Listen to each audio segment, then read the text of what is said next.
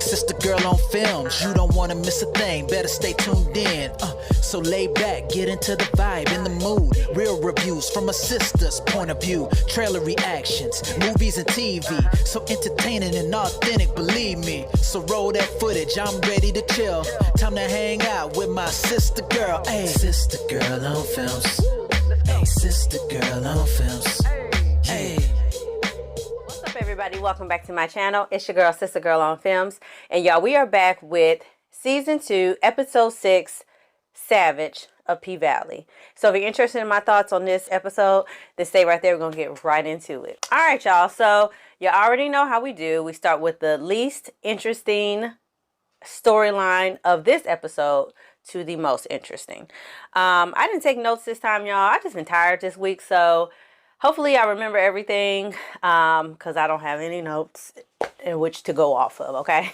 So we're going to go ahead and start with who has always been leading the charge. It's the least interesting episode, and that is Autumn and Andre and Corbin and all this shit about the pink and the mayoral race. I don't care about none of that.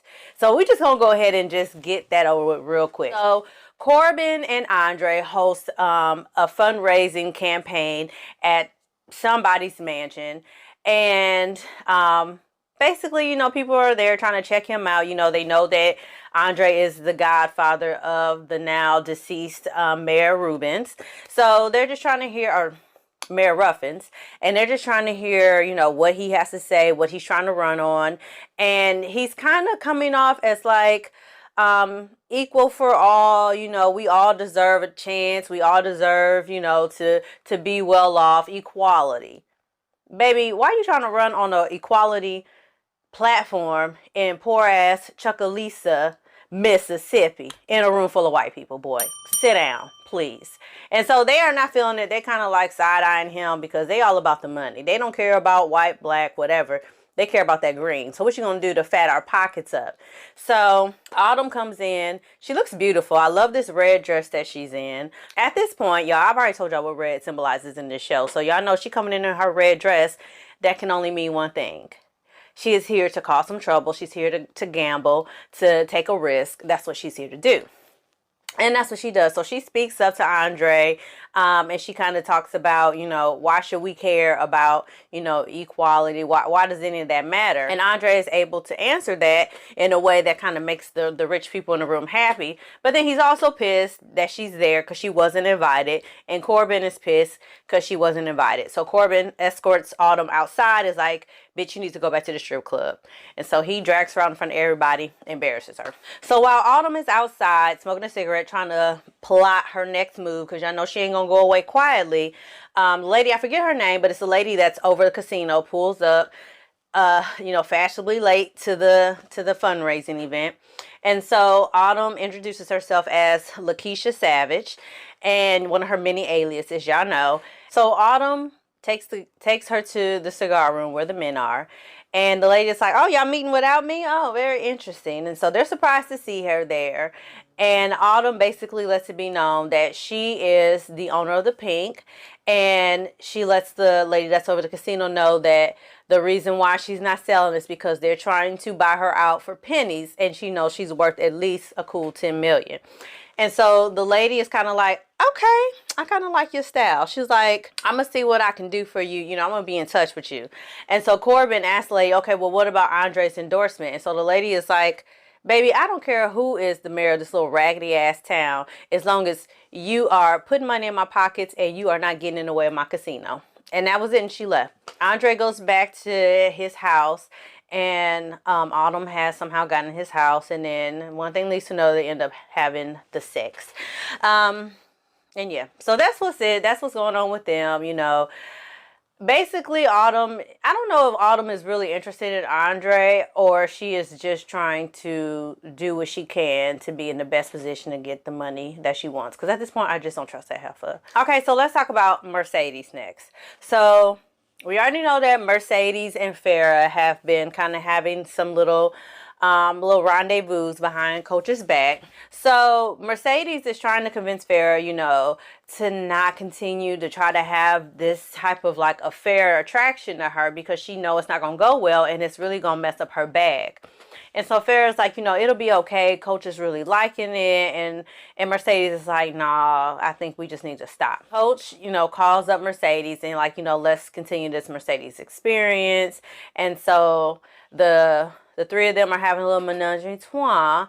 And in the midst of it, Farrah and Mercedes really start getting into each other and kind of forget Coach is there. So he gets pissed off and he like, hold on, y'all been cheating on me? And so Farrah's like, you are blowing stuff out of proportion. I don't know what you're talking about. And he's like, I know what it looks like when two women have been together before. And so basically Coach is pissed off because his wife is sleeping with Mercedes behind his back. And Farrah is pretty much like, I've had to sit by and watch you fulfill your fantasies and fulfill your dreams while I just kind of sit by on the sidelines and I can't say nothing and I can't do nothing that makes me happy. And so he like, I don't want to hear that bullshit. Whatever. Mercedes, you need to get out. And Farrah, don't say nothing to me. And Mercedes is like, okay, but what about the rest of my money for this week? And Coach is like, I ain't giving you nothing. And Farrah is like, you can't break on your deal. And Coach is like, well, both of y'all broke my heart. So he didn't give Mercedes her money. And Mercedes left without her 40 stacks. So Mercedes is back home. She's smoking, she's drinking, she took her wig off, child. She just stressed, okay, because what's she gonna do now? She still need to get her rotator cuff surgery because Diamond's bullshit really didn't work. She ain't gonna make 40 stacks a week at the Pink. It just ain't gonna happen because she ain't on the main stage no more. So she kind of back at square one. So she gets a knock on the door and it's Terica. And baby girl Terica is pregnant.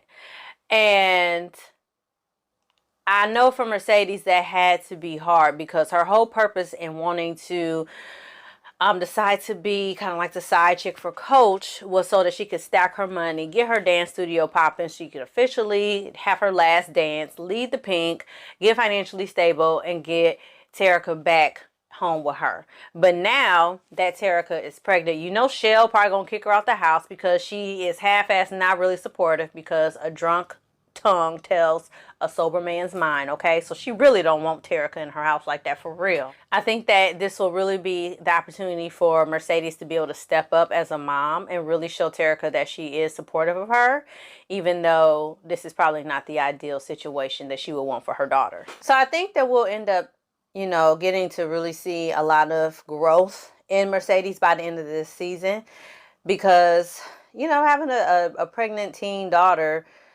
would have to be a huge wake-up call for, a mother that genuinely wants to see the best for her daughter. And I feel like that is what Mercedes wants for Terica. So I'm interested to see how this storyline will play out. Ooh, and child, Miss Patrice, she about to run for mayor and she got a pregnant. Oh, this about to be a mess. And Patrice wasn't even in this episode, but whatever. So now let's move on to Uncle Clifford and just the Pink overall. So Uncle Clifford, as he should be, is still pissed off about Autumn and her devious ass plans because now she has shown her hand, and so he wants to kill her. Big L is like, you can't kill her, and Uncle Clifford is like, well, we need to just turn her ass in for murder. And Big L is like, yeah, we could if she had been the one to pull the trigger and to hide the body. And so Uncle Clifford is looking like, mother, you are right. This bitch been playing with us this whole time and has.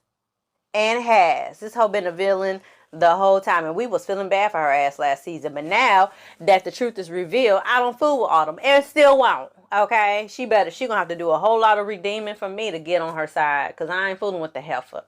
Anyway, Uncle Clifford is still pissed off that she living at the Pink. So Autumn is taking a shower. Big L goes and cuts the water off. Like they are just like messing with her. And Uncle Clifford can't stand the heifer. And he's just trying to figure out what his next move is so he can have one up on this heifer. But Uncle Clifford, you got a long way to go because this bitch is devious. Uncle Clifford's grandmother, Ernestine, is really sick. And so us as an audience, we already know it's COVID. Like we know it as an audience because, we're in the future. This is still happening present time pandemic. So we know what's happening. Okay. It looks like they are slowly kind of getting rid of these, like secondary characters that aren't really critical to our main plot point. So I wouldn't be surprised if Grandmother Ernestine does pass away this season. I would hate to see it because I love Loretta Devine in this role. I think she's hilarious. But if we're being honest, she's not doing anything to move the plot along. Let's be honest here, y'all. Let's be serious. So I would hate to see it, but I think that if Grandmother Ernestine does pass away, it will only bring Lil Murda and Uncle Clifford together, because then they will help each other kind of process their grief that they're feeling and going through. So that's kind of my prediction of what we're going to see maybe in the next coming episodes with Uncle Clifford. Y'all know I always kind of put all the Pink employees for the most part under the Uncle Clifford umbrella. So we'll briefly talk about Roulette and Whisper. So we see Whisper and Roulette performing together, as they do. You know, that's kind of the thing. You know, they have went behind Uncle Clifford's back and are hosting a spades tournament at the Pink, which Uncle Clifford was pissed off about. But Big L was like, look, people out here trying to make money the best way they can. You know, times is tough and they hustling out here. And so they stripping at the spades tournament. And so while they're there, you can kind of see that people are really like gravitating to Whisper.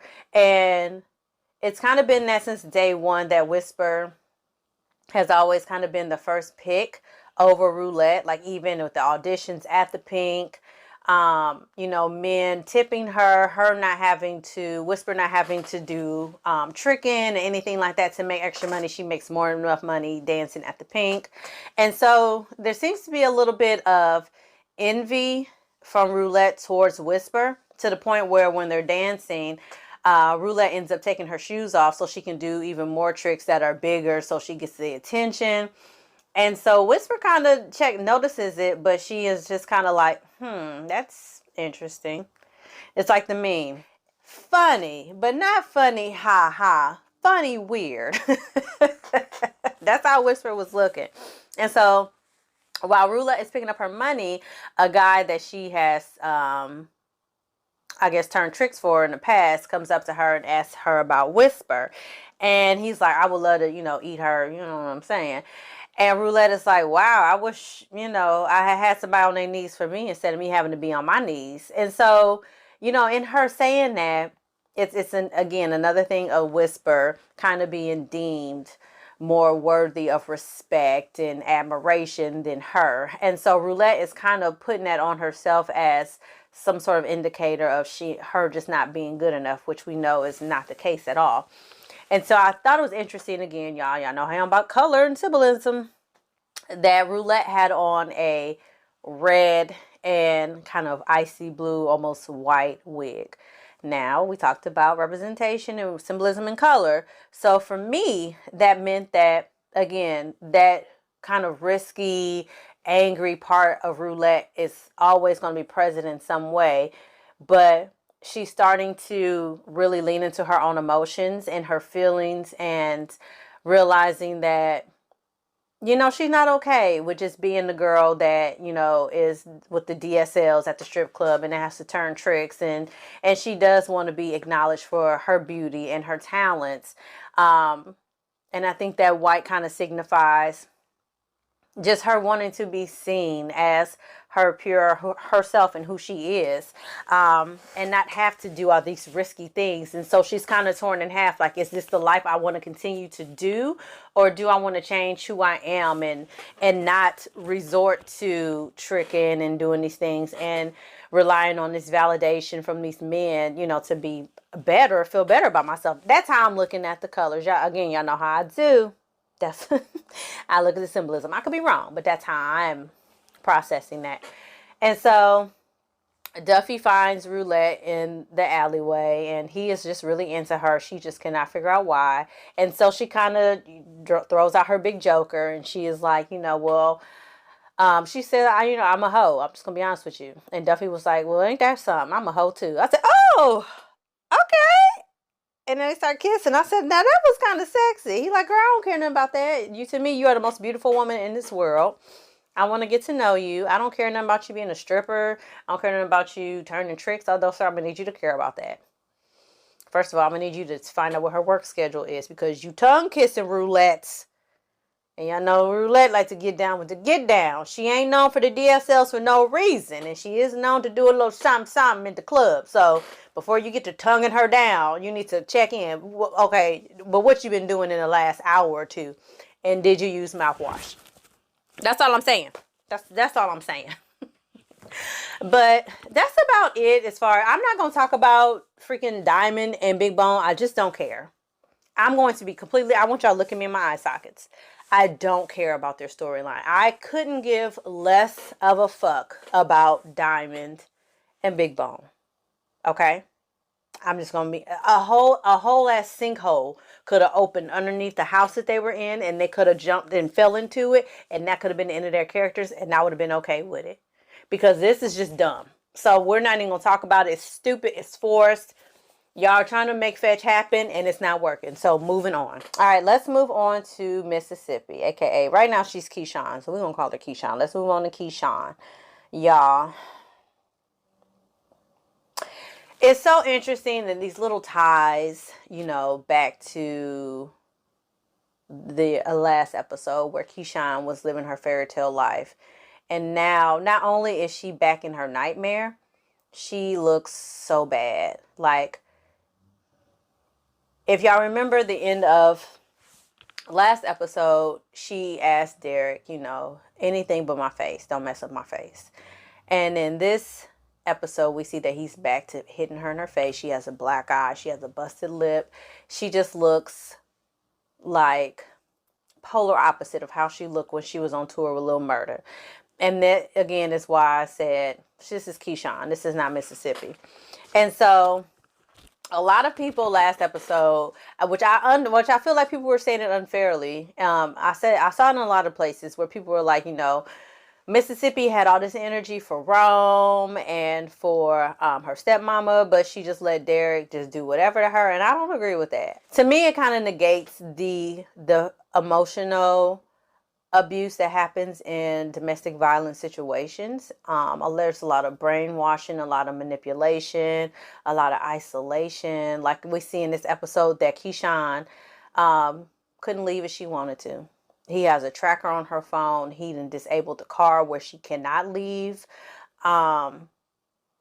There's just like an immense great sense of fear that is within, you know, men and women that are in domestically violent relationships. And I think that for someone to say, well, you had all this rah for this person and that person, right, because that person has not mentally brainwashed and abused this person. This person hasn't demonstrated physical, financial, spiritual, emotional abuse to them over and over and over and over again.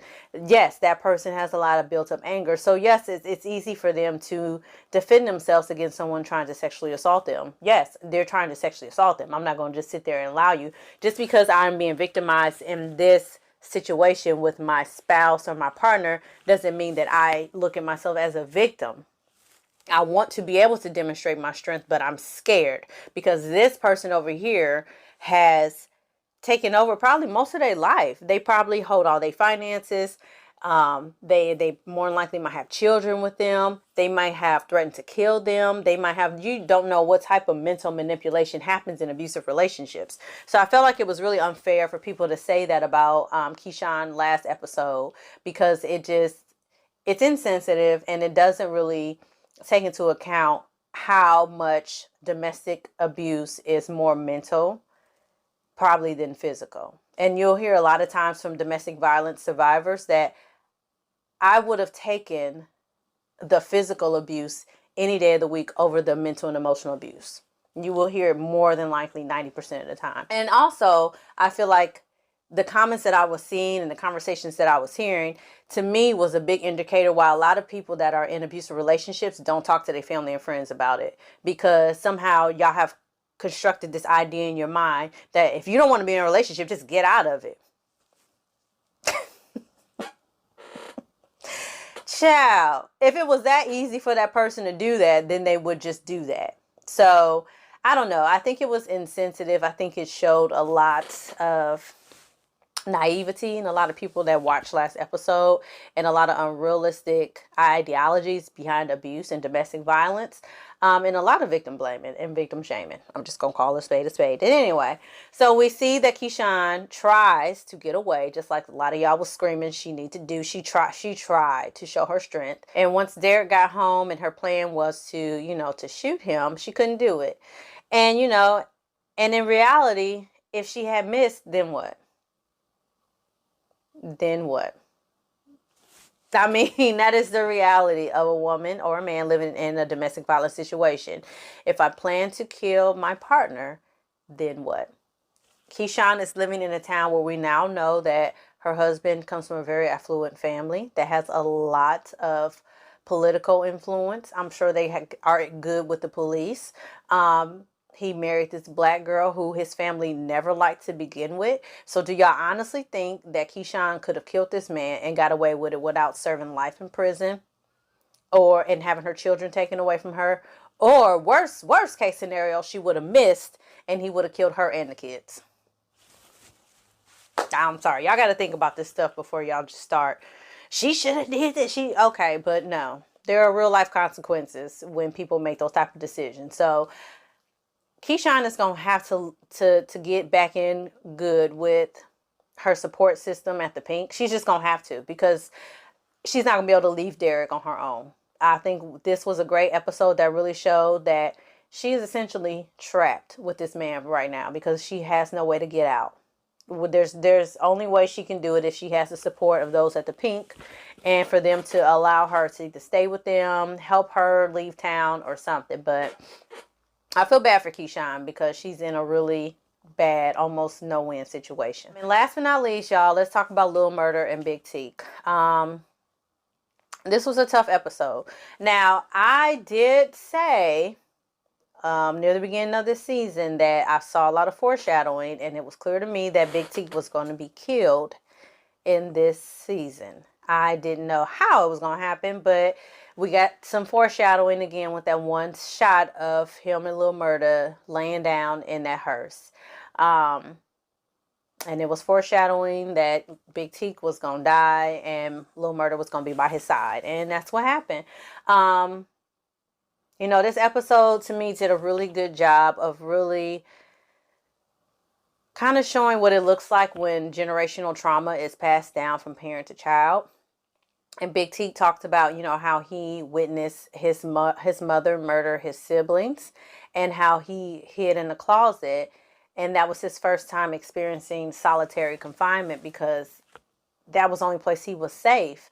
But that was also the beginning of Big Teak, really, because he witnessed the murder of his siblings and he had to sit there and not knowing if he was going to be next, and he saw the devil, in his mother. He saw the devil in the guy Boosie that stabbed Lil Murda in prison. And, and Big Teak feel like the devil is now in him and there's no saving him and there's no light. And I thought that was really powerful for Big Teak to say, because mental health issues are not addressed with men and women when they come out of prison. It's just not. Unless they are court mandated, there are no services offered to them once they get out of prison. Maybe they get put in a halfway house. Maybe they don't. The most they got to do is check in with a probation officer to see if maybe they got a job. Maybe they're staying out of trouble. But that's about it. There's no resources available to them. There's no real rehabilitation that's happening. And the idea that someone that has been in jail for 10 plus years has not developed some sort of PTSD is unrealistic, because the prison system is meant to make people worse and to mentally break them and not to rehabilitate them. So I really have felt bad for Big Teak this whole entire season because he was struggling and he was spiraling. I thought it was really interesting how this show kind of led up to Big Teak's final scene where he got presented with his dream car, which he was so sad about, because I think his reaction to it was so intense because he had already kind of made that decision in his mind that he was done and that he was going to take his own life. Maybe him getting that car was hard for him because he just couldn't even appreciate it, because he just felt like, I can't see the good in anything right now. Like, this world is going to shit. It's a pandemic. It's riots. The police are still killing people. It's all these things are still going. He really felt his only support system was Lil Murda. He in love with somebody else. Like, Big Teak didn't have no family. He's like, at that point, I really felt like Big Teak may have been in a place where he felt like he was just a burden on Lil Murda. And he didn't want to feel that way anymore. And it was sad, y'all. I cried. I ain't gonna lie to you, because, like I said, I've always felt bad for the character of Big Teak. I never not liked him.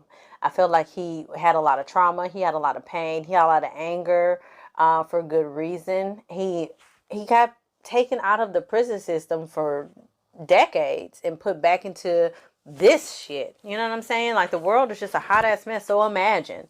And it's hard to navigate that. And so Big Teak makes a decision to end his life, and he does it in front of Lil Murda. And at the end, Little Murda goes to Uncle Clifford, and y'all, when he saw Uncle Clifford, and he just looked at him and said, "I'm not okay," and started crying. I was like, I need a Kleenex, because I wasn't expecting to cry watching this episode. But yeah, so after the scene with Lil Murda and Clifford, the episode ends. And y'all, this was a very heavy episode. I felt it was a really good episode, though. Aside from the bullshit with Diamond and Big Bone, which I don't care about, I could do without it. I felt like the rest of the episode, the characters are progressing very well. We have another secondary character that is no longer on the show. I think that we're going to see that again with Ernestine. I am a little concerned that we have gotten rid of Rome. Mayor Ruffin, although I don't fool with Isaiah Washington, so I didn't care that he was gone. I was happy about it. But Mayor Ruffin is gone. Rome, now Big Teak, Grandmama Ernestine is about to be gone. And this is concerning because I don't know if y'all know this or not, but season 3 of P-Valley has not been greenlit yet. It's in limbo. So I don't know if we're going to get a season 3 of P-Valley. So it's concerning that they are getting rid of these characters like this, because sometimes if they introduce new characters, but then they're not developed or built out or gotten rid of very easily, a lot of times that's an indicator of a show that's not coming back. So that's kind of nerve-wracking. So I don't know, y'all. I don't know. This was a good episode in terms of kind of where we're moving in this current season.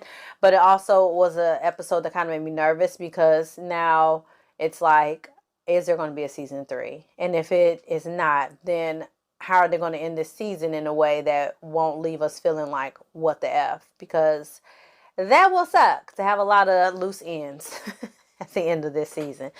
So yeah, y'all. So let me know what y'all thought about episode 6, Savage of P-Valley. Did you like this episode? Did y'all feel like it was too heavy?